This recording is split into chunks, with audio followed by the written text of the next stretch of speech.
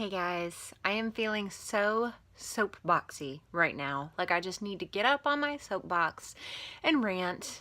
And I have talked a little bit about this before, but not as specifically. I've talked about Facebook detox.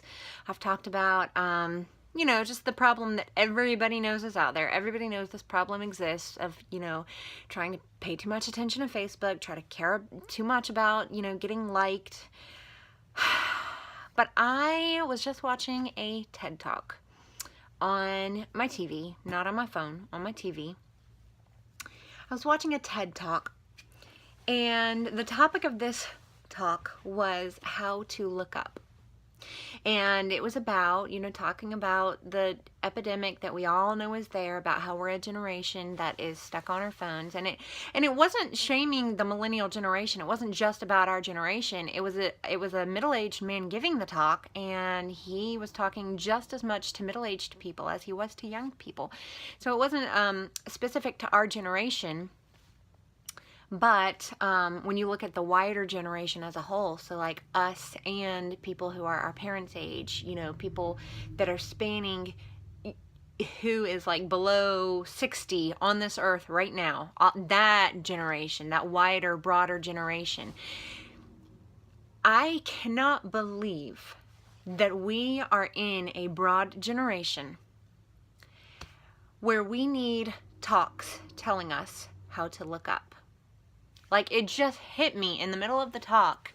And it was a good talk. It was a really good talk. I can't remember the name of it, but it was a good talk. I appreciated it. But it just hit me, just like punched me in the stomach, that I am part of a generation and we are part of a society that needs lessons on how to look up, on how to not look at a device 24/7. And I hate that. Like, that makes my skin crawl. I hate that. It breaks my heart. I want to just like shake and cry. Like, I know that sounds so dramatic. I can be dramatic sometimes, but I have no words. Like, we are part of a generation that needs lessons on how to look up. Because when you look at the span of history and you look at the kinds of things that people have done with their time, you look at the kinds of lives they lived, the kind of social interactions they had, you look at all of these, factors of human society.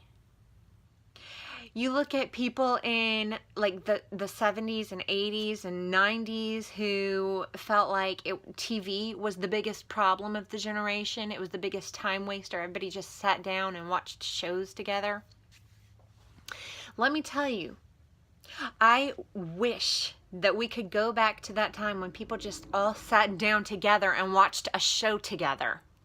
Now we're all sitting down together, but we might as well be a million miles apart, each of us watching our own things on our phones. And if there are kids in the room, they're looking up, trying to make eye contact, trying to interact with adults, trying to observe how adults interact. And they're seeing a bunch of people buried on their phones, looking down in their hands. And for what? For a bunch of stupid memes and videos and watching little, tasty recipe videos for stuff that we're never actually going to make, and, keeping up with our second cousin twice removed neighbors' vacations. Like, I can't put into words just how aggravated I am right now with everybody in our culture. I'm aggravated with America. I'm aggravated with myself. I'm aggravated with all of us. And yet, here I sit making a video on my phone about how aggravated I am with our phones. Because this is the world we live in now. Our phones have replaced everything. Our phones have replaced books. Our phones have replaced desktop computers. Our phones have replaced cameras. And the thing is, affordability and practicality. Like, I am doing this YouTube channel I don't have the money to go spend on some nice fancy camera and nice fancy equipment right now. My phone is what I have to work with, and I'm glad that I have it, but it's just what it is. Like, our phones really do take the place of everything. There are cookbooks, there are, our emails, there are everything. They are our world, and we live on a world that is this big, and I hate it. And I don't know how, but I am going to have to implement changes in my life. I can't stand the fact that people get divorced over phones. People get sick and tired of their spouse being buried on their phone all the time, and they get divorced because it is a huge, massive issue. It truly is. Like, I get it. I understand why people would divorce over phones.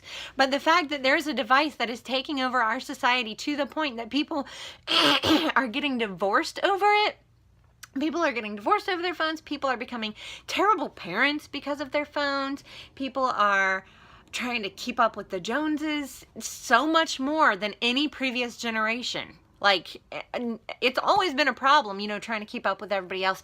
But this generation of constantly seeing how everybody else is and trying to keep up with them, it's so many problems arise from our phones.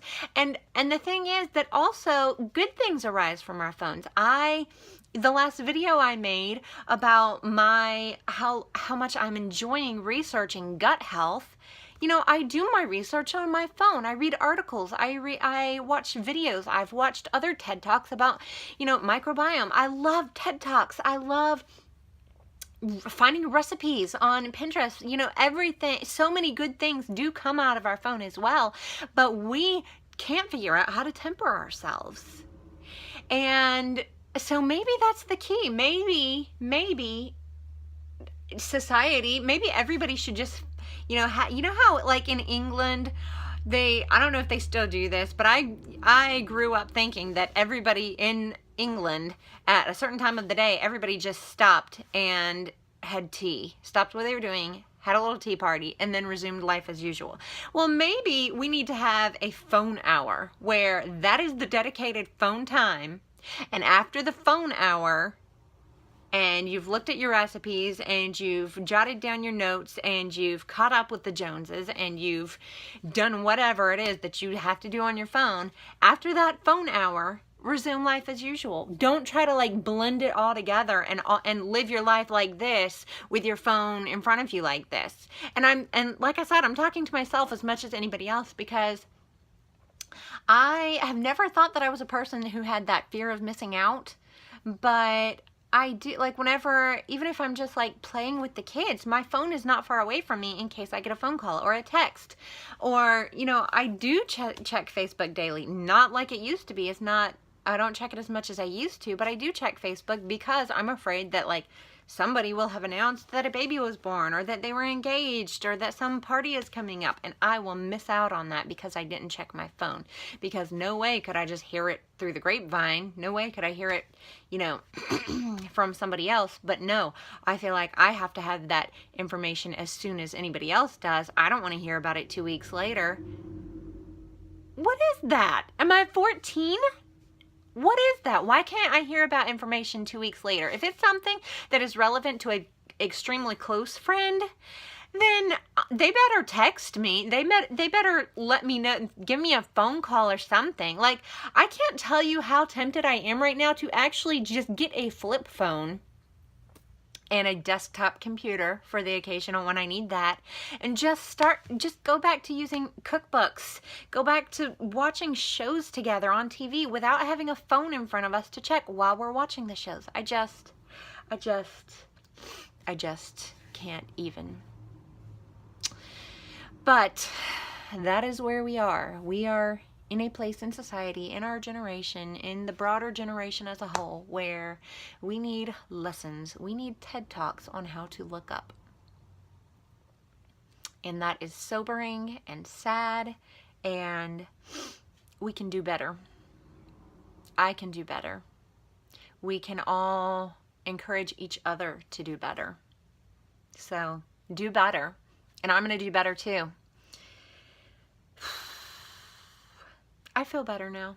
So, to anybody watching this, thank you for watching. I feel better now. Let's go do better together.